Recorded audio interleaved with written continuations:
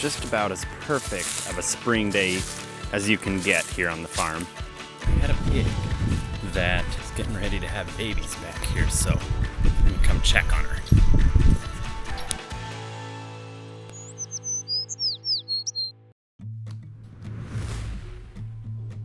We have wanted to make a lamb leg sous vide for quite some time. Nettie suggested today, so here we go.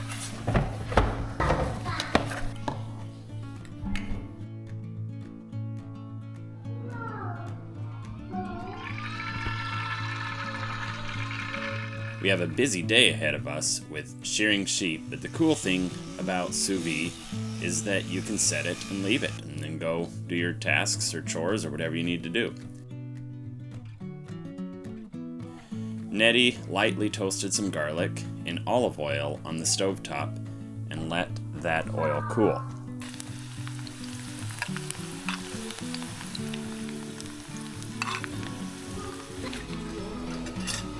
Next, we took the half lamb leg that she salted the night before. She added the garlic, oil, and the leg to a BPA-free Ziploc bag. You don't need a fancy vacuum sealer to get the job done for sous vide. Just carefully lower the bag of goodies into a bowl or sink of warm water with a little of the seal open. Once all the air is pushed out, finish sealing the top, and there you have it. Set the sous vide to 130 and add the leg. We plan on finishing this leg over the fire tonight after the work is done, which is still 9 hours away. We have a lot to do in this video, so stick with me. It's pretty cool. A couple days ago, we moved our sows who are about to have babies into a new pasture. I'll take you there for just a moment before we head down to shear sheep. Here we are in the pasture with these pretty mamas.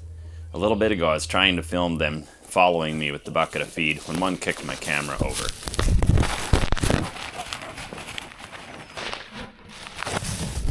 Probably wasn't the best place to put my expensive camera, but I hope it at least got a good shot of an approaching pig prior to getting toppled.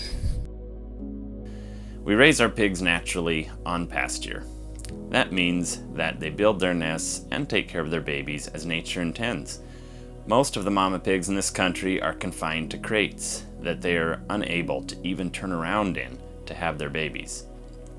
In my opinion, that is cruel and inhumane. When you see the way these guys take care of, interact with, and protect their little babies, it is hard to think of raising them any other way. Just look how beautiful this pasture is.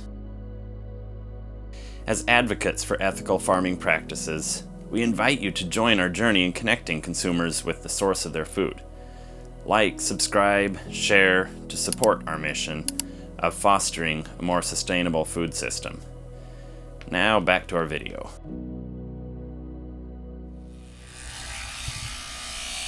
Every year we shear our flock of sheep. The sun is coming out and the weather is warming up. They don't have any use for their heavy winter coat. Kind of like you putting away your winter clothes for spring. Marcy, our sheep shearing lady, does an excellent job handling the sheep carefully and smoothly as their wool comes off in sheets. I have tried shearing before. It's hard back-breaking work, but Marcy makes it look so easy. They line up in the chute, waiting their turn. Then they have 2 minutes of skillful handling and positioning, and off they go with their fresh cuts.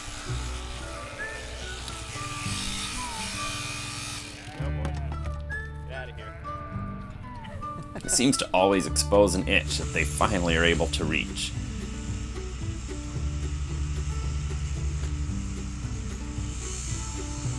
Oh, I almost forgot. We need to swing by the pig pasture and take a peek.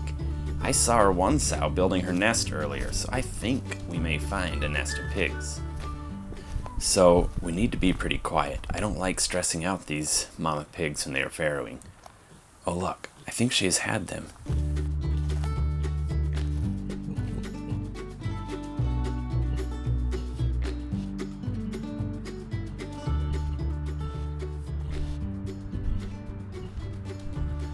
It looks like 10 to 12 babies.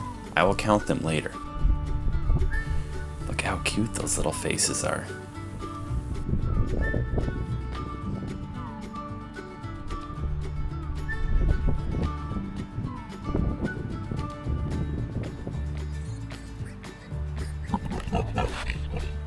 That wasn't me, girl.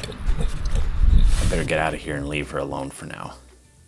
So we are coming up to the end of just about as perfect of a spring day as you can get here on the farm.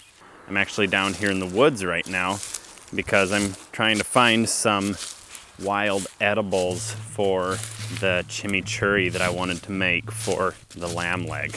I started the fire up at the house and we will be going up there in a little bit. We have a hillside that is quite prolific with ramps and wild onions. I will carefully select a few. You need to be very careful with harvesting ramps, as the plants take years to establish and propagate themselves. I usually only harvest a handful each spring so the patch remains strong for years to come.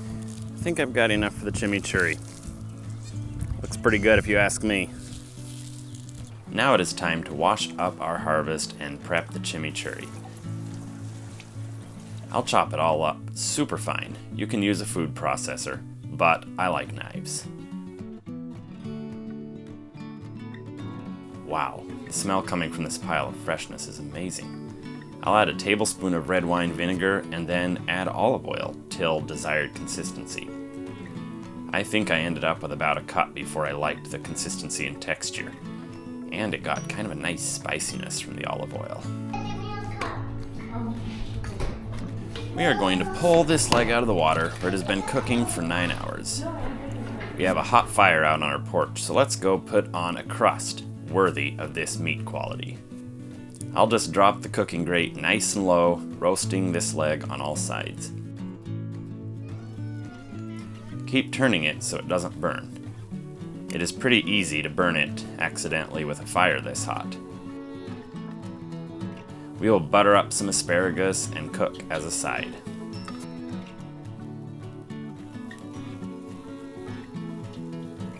As we are cooking, I'll baste with a little of that beautiful garlic oil. We are cooking over super hot coals, so we can get that crust seared on there quickly without raising the temperature of the meat inside. Wow, look how the color is on this baby. I love how the setting sun highlights the beauty of this piece of meat. After about 8 minutes of searing and turning, we should end up with a perfect pink inside with a temp of around 130 to 135. After resting for a bit, it is time to cut into this leg. I'm not going to do anything fancy, just cut into slices off the bone. That crust is amazing. Then I'll top with a generous amount of our wild-crafted chimichurri. I don't know if I can keep saying this forever, but this may be the tastiest dish we have ever made. Nettie and I both loved it. Thanks for the amazing leg of lamb. You're welcome. So how is it? It's very good. Well done, babe. The kids didn't care for the sauce, but that just left more for us. Wow. This was such a simple, random cook. The atmosphere was perfect, with the sun setting on a busy spring Monday on the farm. Follow along for more.